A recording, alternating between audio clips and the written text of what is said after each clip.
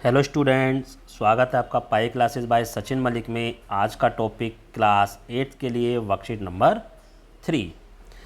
इसका टॉपिक है ज्यामितीय संरचनाओं का परिचय भाग 1। जो ज्योमेट्री की जो हमारी कंस्ट्रक्शन होती हैं उनका उनका बेसिक्स हमें जो सीखना है उसके बारे में यहाँ बात हो रही है। देखो, सबसे पहले आता है बिंदु। बिंदु आपने देखा होगा, बिंदु हम इस तरह से बना देते हैं, ना इसकी कोई चौड़ाई है ना कोई ऊंचाई है। देखो, कहता बिंदु बस एक स्थिति है, इसकी ना कोई मोटाई होती है, हम इसे नाप नहीं सकते, ना ही कोई लंबाई होती है और ना ही कोई चौड़ाई होती है। यह है एक आयामहीन मात्रा। आयामहीन का मतलब जिसकी लंबाई चौड़ाई ऊंचाई नहीं होती। इसको हम इस टाइप से दिखाते हैं। इसका नाम हम कोई भी इंग्लिश अल्फ़ाबेट ए से लेकर जेड तक कुछ भी हम इसका रख देते हैं। ठीक है। अब दैनिक जीवन में कोई भी उदाहरण ले लीजिए। दैनिक जीवन में आप किस तरह का उदाहरण ले सकते हैं बिंदु का? जैसे कहीं भी ज़मीन पर कोई भी छोटा सा एक मार्क बना देते हैं, पोल बना देते हैं, या दीवार पर आपका एक जैसे जहाँ पे बल्ब लगे होते हैं ना, आपकी फिटिंग होती है। फिटिंग पर आप देखोगे कहीं कहीं पर हम जहाँ कनेक्शन होते हैं वहाँ पे एक गोल सी डब्बी लगा के छोड़ देते हैं खाली ढक्कन के लिए, वो एक हमारा बिंदु हो गया। तो कुछ भी हमें ऐसा उदाहरण ले सकते हैं। एक रेखा अनंत बिंदुओं, देखो जैसे ये हमारी लाइन हो गई, इसकी डायरेक्शन, इस तीर का मतलब है इधर ये कितनी भी जा सकती है, यानी लेफ्ट हैंड साइड और राइट हैंड साइड में ये कितनी भी जा सकती है। एक रेखा अनंत बिंदुओं का एक सीधा जुड़ा हुआ समुच्चय है। अनंत बिंदु का मतलब इस रेखा पर बहुत सारे ऐसे ऐसे बिंदु होते हैं, बहुत सारे। जब ये बिंदु ज़्यादा नज़दीक हो जाते हैं तो ये एक सीधी लाइन सी दिखाई देती है। ठीक है। इनकी कोई लंबाई नहीं होती। ये कहता है दोनों दिशाओं में असीम रूप से, यानी इस डायरेक्शन में भी और इस डायरेक्शन में जितना चाहें उतना हम इसको बढ़ा सकते हैं। इसका कोई अंत बिंदु नहीं होता, ना ही इसे हम माप सकते हैं। ठीक है। जैसे सड़क, ठीक है, जो सड़क की लंबाइयाँ होती हैं, कई सड़कें ऐसी होती हैं जो चलती चली जाती हैं, ख़त्म ही नहीं होती हैं। ठीक है। तो इसको भी हम ले सकते हैं। रेखाखंड, जब दो बिंदु ऐसे हों, इसी पर कोई भी रेखा, इस पर हमने दो बिंदु ले लिए, एक ए ले लिया और एक बी ले लिया, ये रेखाखंड हो गया। क्यों? क्योंकि हम इसकी लंबाई नाप सकते हैं इसके बीच की। कहता है रेखाखंड एक बिंदु से शुरू होकर, यानी ए से शुरू होकर दूसरे बिंदु तक समाप्त हो जाता है, यानी खाली ये इतना है रेखाखंड, ये बस। ठीक है। तो ये एक रेखा का ही भाग होता है, इसलिए इसके दो अंत बिंदु होते हैं और इसे आसानी से मापा जा सकता है। एग्जाम्पल आप अपने आप ले लो, इसमें कोई बड़ी बात नहीं है। किरण, कहता है रेखा का वह भाग जो एक बिंदु से, यानी यहाँ से शुरू हुआ होकर एक दिशा में असीम रूप से, यानी ऐसे मैंने कर दिया, अब ये पता नहीं कितना आगे जा रहा है। किरण जैसे सूरज की किरण सूरज से निकल रही है और पता नहीं कहाँ तक जा रही है। ज़रूरी नहीं है वो पृथ्वी तक जाकर ख़त्म हो रही है, वो जितनी दूर तक जा सकती है उतनी दूर तक जा रही है। तो हमें इसका शुरुआती बिंदु तो पता है, एंड बिंदु हमें इसका नहीं पता होता है कहाँ तक जा रही है। प्रतिच्छेदी रेखाएं, जब दो रेखाएं आपस में एक दूसरे को कट करती हैं किसी एक बिंदु पर, इस तरह से। ठीक है। जब किसी भी समतल में, समतल का मतलब एक प्लेन सरफेस, वो दीवार भी हो सकती है, फर्श भी हो सकता है, तुम्हारा कॉपी का पेज भी हो सकता है, जब एक बिंदु पर मिलती हैं तो उन्हें प्रतिच्छेदी रेखाएं कहते हैं। समांतर रेखाएं, जब वे कभी नहीं मिलती, ऐसे जैसे तुम्हारी कॉपी के पेज पर जो लाइन होती हैं, अगर उनको किसी भी डायरेक्शन में कितना ही बढ़ा लो ये कभी नहीं मिलती। जैसे रेलवे लाइन, रेल की जो पटरी की लाइन होती हैं वे आपस में कभी नहीं मिलती, एक दूसरे से दूरी पर रहती हैं।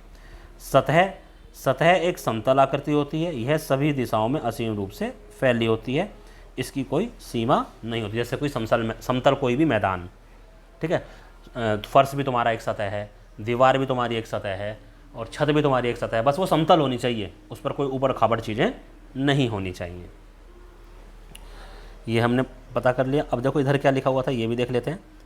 कहते हैं आओ 7.3 सेंटीमीटर लंबा एक रेखाखंड खींचे। तो स्केल की सहायता से खींच सकते हैं। कैसे? स्केल पर 0 से शुरू करना और 7 के बाद जो 3 लाइन आएंगी छोटे वाली, वहाँ तक इसको ले लेना। तो इस तरह से हम ए बी 7.3 सेंटीमीटर खींच सकते हैं।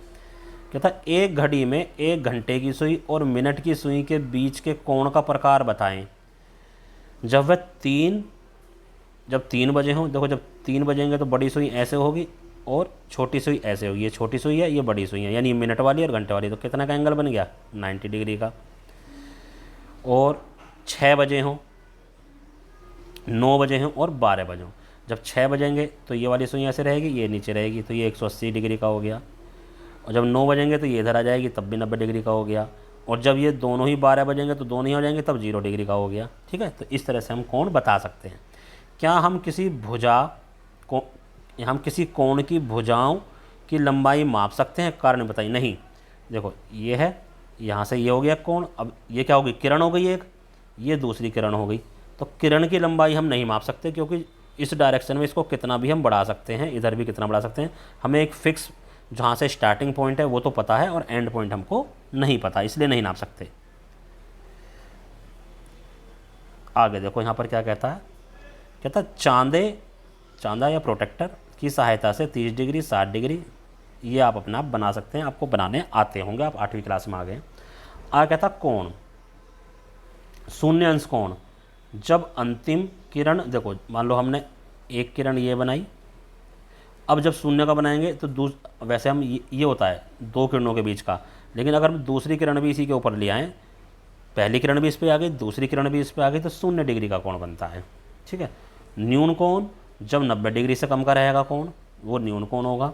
समकोण, जब 90 डिग्री का कोण बन जाएगा दोनों किरणों के बीच में, उसे हम समकोण कहते हैं। संपूरक कोण होते हैं 180 डिग्री के बराबर कोण को संपूरक कोण कहा जाता है, यानी 180 पूरा, एक इस डायरेक्शन में किरण और एक इस डायरेक्शन में। प्रतिवर्ती कोण या रिफ्लेक्स एंगल, जो 180 से, ये तो 180 का था, अब ये 180 से ज़्यादा का हो गया, यहाँ से लेकर यहाँ तक कुछ भी, ये हम प्रतिवर्ती। और पूर्ण कोण क्या हो गया, कंप्लीट एंगल जिसको बोलते हैं, जब ये पूरा एंगल बन जाएगा अगर ये, तो इसको हम, ये देखो यहाँ से लेकर शुरू हुआ यहाँ तक आ गया, तो इसको हम पूर्ण कोण बोलते हैं। तो और एक हो गया अधिक कोण। अधिक कोण कौन सा होता है बेटा हमारा? अधिक कोण होता है जो 90 और 180 के बीच का होता है।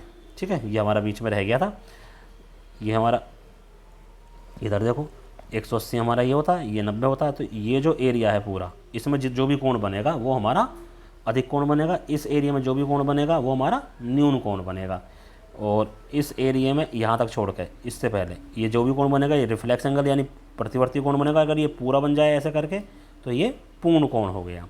तो इस तरह से ये सभी कोण और जो भी इसके मेन बेसिक चीज़ें हमें सीखनी थी ज्योमेट्री की, बिंदु क्या होता है, रेखा, रेखाखंड, ये सब चीज़ें आज हमने सीखी हैं इसमें। तो इनको आप पढ़ो और इनको अपनी अपनी कॉपी में बनाओ, जैसे शून्य अंश का कोण उसके सामने बना के दिखाओ, ये सारे कोण बनाओ, बिंदु क्या होता है वो बनाओ, रेखाखंड क्या होता है वो बनाओ अपनी कॉपी में, और अपने अपने टीचर को उसकी साफ सी फ़ोटो खींच के व्हाट्सएप पर सेंड कर दो। धन्यवाद।